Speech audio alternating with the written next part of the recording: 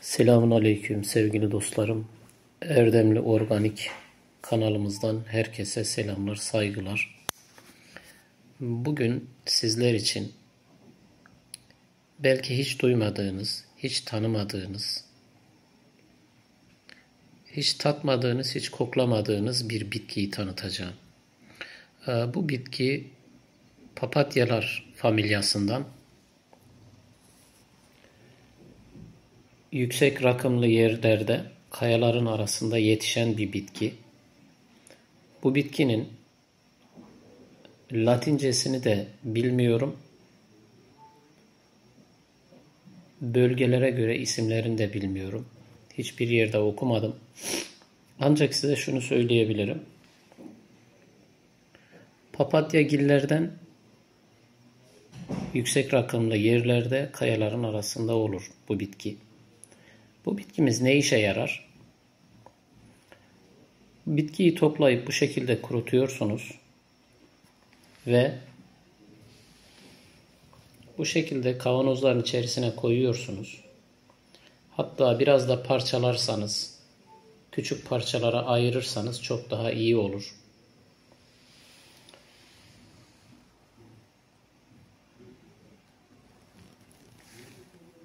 Şöyle detaylı göstereyim. Bu bilgi gerçekten çok önemli ve kıymetli arkadaşlar.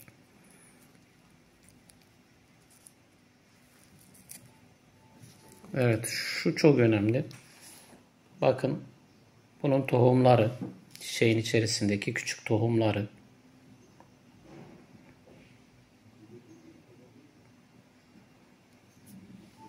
Bitkiyi tanıyabilirsiniz diye yapıyorum bunları. Belki bulunduğunuz coğrafyada, bölgede bu bitki vardır.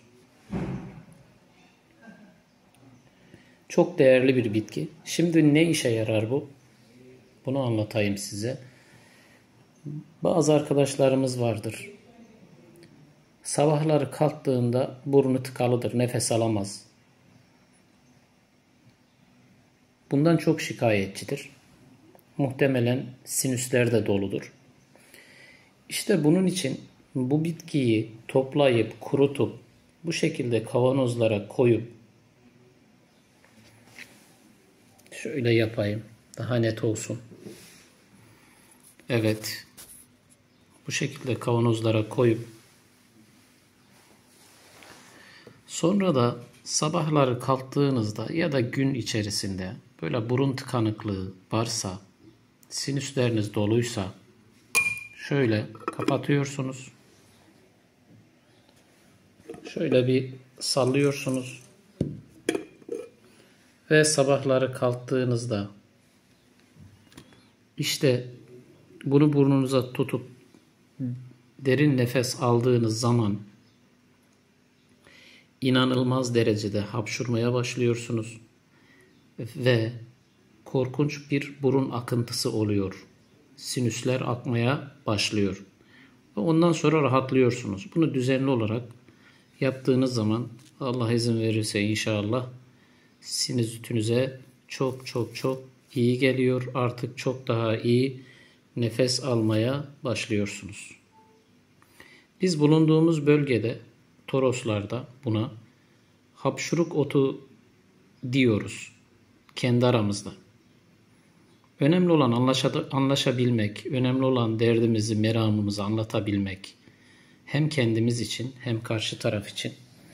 İletişim kurma açısından kelimeler, kavramlar, söylemler çok önemli. Söylediğimiz bir kelime, bir terim, bir cümle neye karşılık geliyor, anlamı nedir, bunun somut karşılığı nedir? Bu çok önemli. İşte biz buna hapşuruk otu diyoruz. Papatya familyasından bir bitki. Yüksek rakımlı dağlarda, kayaların arasında olur. Mevsiminde toplanır, kurutulur. Bu şekilde kavanozlara koyulur. Arkadaşlar 100 yıl da geçse bu özelliğini yitirmiyor. Bakın benim şu elimdeki kavanoz 10 yıllık ve ben bunu hala kullanıyorum. Dediğim gibi biz hapşuruk otu diyoruz. Siz de bulunduğunuz bölgede bu bitkiden var mı?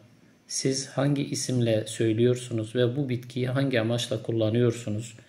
Eğer yorumlara yazarsanız çok memnun olurum. bilgi paylaşımı çok önemli. Bilgi paylaştıkça çoğalır, değer kazanır. Bilgiyi paylaştıkça yanlışlığı ya da doğruluğunu sağlamasını yapabiliriz. Bu çok önemli. Sizler de mesaj olarak yorumlara yazarsanız ya da mesaj kutusuna mesaj olarak yazarsanız da memnun olurum. Gerçekten önemli. Doğru bilgi bizimle gitmesin. Bireyle ölüp gitmesin. Topluma, insanlığa mal olsun. Niçin kullanıldığını bilelim ki insanlık bundan yararlansın. Kadim insanlık geleneğinde insanlarımızın tecrübesiyle oluşmuş bilgiler çok kıymetlidir, çok değerlidir. Hem olumsuzluklarından, zararlarından korunma anlamında hem de faydalarından yararlanma anlamında gerçekten çok değerli. Bundan dolayı sevgili dostlar, değerli takipçilerimiz, bu bilgiyi paylaşalım, favorilere ekleyelim, hikayelerimizde paylaşalım inşallah.